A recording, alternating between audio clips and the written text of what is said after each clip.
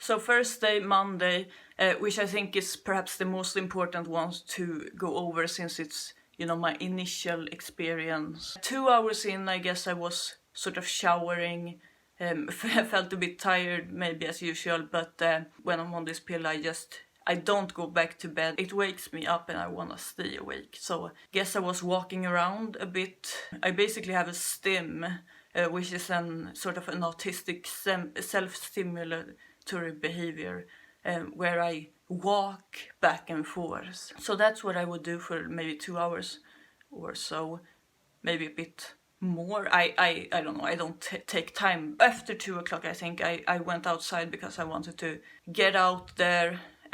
Sun goes down at about 3 nowadays, so it's dark as hell.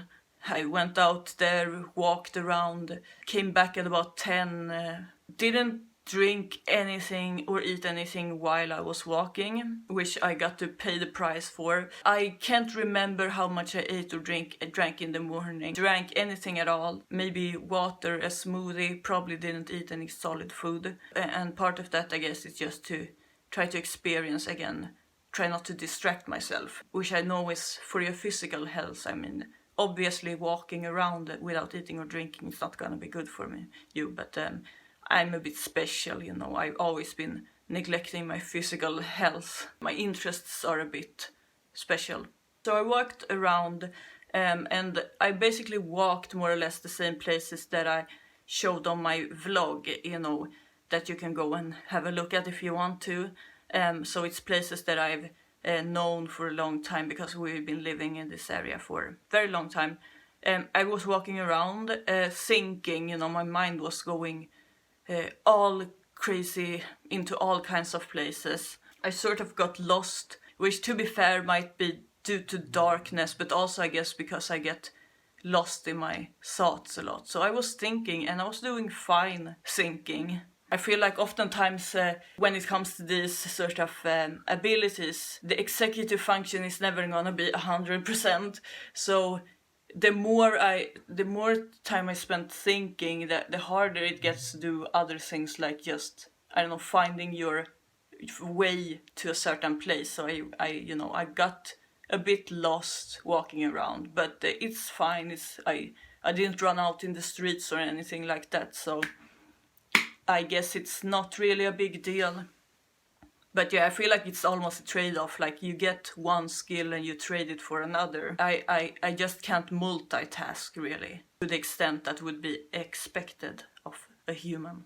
In terms of an image, in my mind I would say it's like yellow sort of flashes, but also a bit dark bits here and there, which I feel like represent the little blind spots and the way that it increases your focus in certain ways, but at the same time it decreases it in other ways, which to me makes perfect sense, but I don't know if it would make sense to others.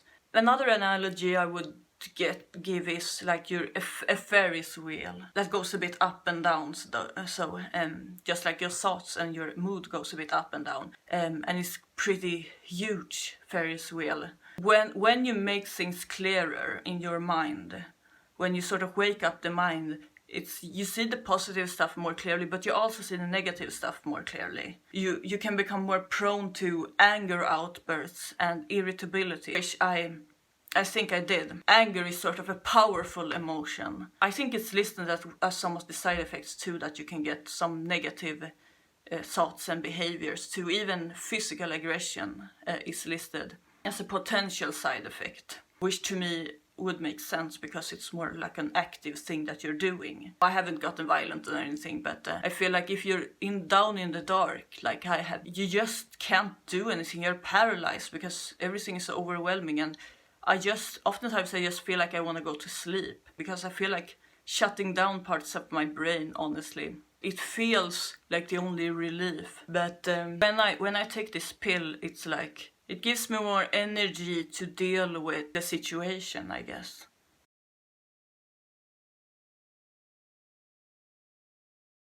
So with the Ferris wheel, I find this analogy is a bit hard because they're not perfect by any means. And I don't necessarily want people to take them completely literally. And I think that what's important to emphasize with the Ferris wheel is that you have this that goes like this, if you're with me, and then it goes a bit into the ground. So it's like you go like this, and then sometimes it's like you hit the ground, you know, and those are the sort of dark moments where we sort of fall down. You get this where you sort of hit the ground and it's just dark and terrible and painful. But you're still above ground most of the time. So most of the time you're doing fine. It's just that when you dip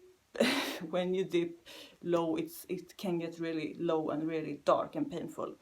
But yeah, the majority of the time you're above ground, and so even though you're not up here, you know, in the sort of euphoria, but you're still sort of doing fine, you know, you're above ground, you're like, you know, I don't want to make it seem like you're equally low and high, because if it was just that all of your emotions intensify equally, then there wouldn't be a point to taking it, obviously, because then it would be a net neutral.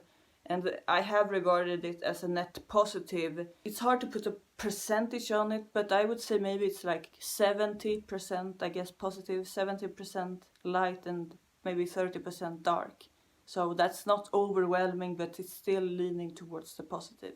Though sometimes I do have my doubts about that, I'm gonna be honest, you know, with the side effects. I feel like I'm playing a game in my head where I try to actively just shift my focus to the positive so that I can increase the sense of positivity without being bothered by the negative. But sometimes, like I said, you get a bit stuck in the negative. There is so much negativity in my life as it is, and that's not going away. When you get these 2 short moments of euphoria, it's like you think for a second that maybe life is great now. Maybe this can continue on forever. And it's the realization that it can't. That's the thing that causes sort of the dysphoria. It's not your emotions, you know, sort of acting independently. It's your thoughts that lead to the emotions. Things are just the way they've always been. A pill isn't going to change your situation. You still have all of this baggage to deal with.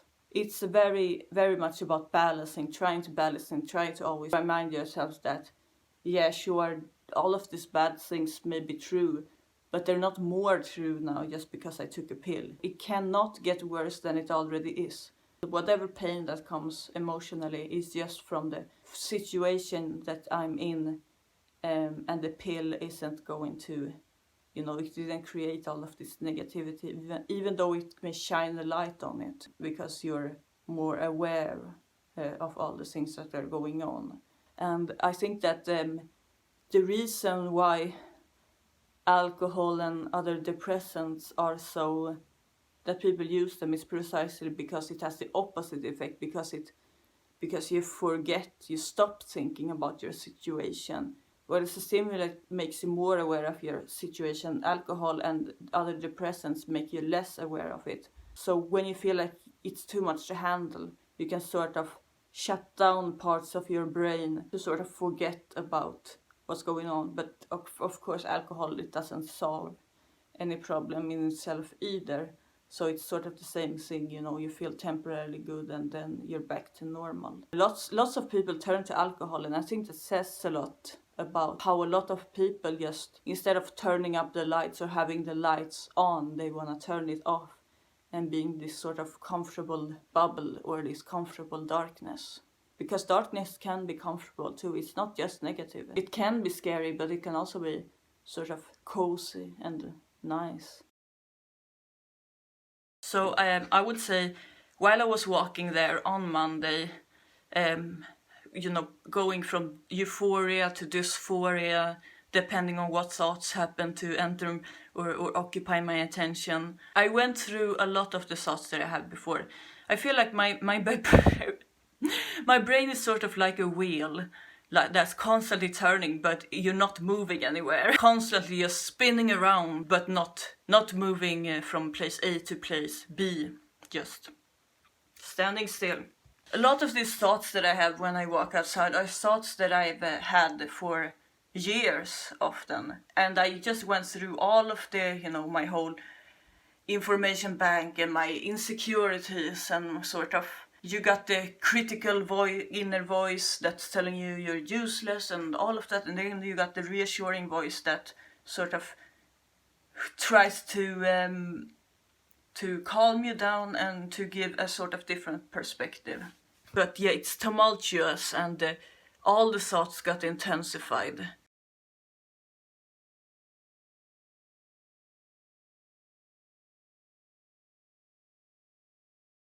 But that's an initial experience, and I think it's important to emphasize that your initial experience is probably going to be more dramatic than what happens afterwards, because you go from being normal to having this whole new experience. So it's likely that whatever you feel, you will feel most intensely the first day, and then it will sort of get a bit more neutralized or normal, because you will know what you're getting yourself into. It won't be this novel experience anymore. About 8 or around 8 or 9 o'clock in the evening, I think. And remember, I had been outside since after 2 p.m.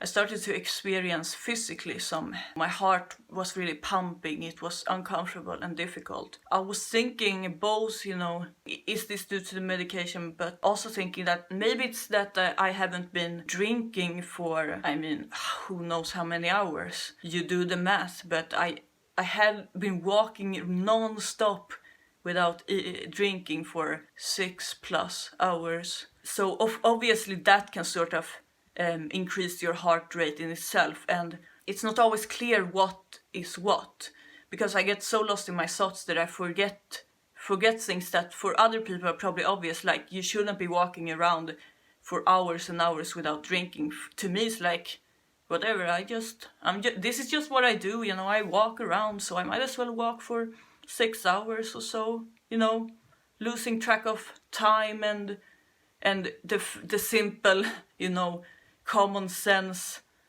fact that you're not gonna feel the same the first hour, the 6th hour, as you feel the first hour. But after I started experiencing that, I went home again. It was late in the evening. I just felt like I was so thirsty. I had to have water. And when I drank water, I noticed my heart rate going down a bit, I think. And so I thought, well, that's it. I was dehydrated. That must have been it. I guess I just really wanted to believe that the side effects weren't necessarily due to the medication, even though I've always maintained, like, I think a pretty rational approach where I try not to fool myself or try to really get to the bottom of what's going on. But I definitely wanted to try, and I still do, try if I can change my environment or other things first before just giving up on a medication, because the highs are high, just putting it out there. And I think that double dose would be fine. I've been talking more. I feel like I've been able to talk more without feeling, I guess, the sense of rejection, sensitive dysphoria, or anxiety about it, which is, I think, a big obstacle for me. So if it can make me do those kinds of things better, then of course I want to stay on that higher dose. But yeah, I drank a lot. The physical side effects didn't completely go away, but I tried to mitigate them in some way. Try to hydrate myself and do whatever you need to do in order to sort of calm your body down a bit. So that's day 1. That night, Monday to Tuesday, I did not sleep a single second, I don't think. I tried to, but nope, just wouldn't happen. So I was laying there, heart beating. If it was bad the first night, I only get a couple of hours sleep. This time around I got no sleep whatsoever.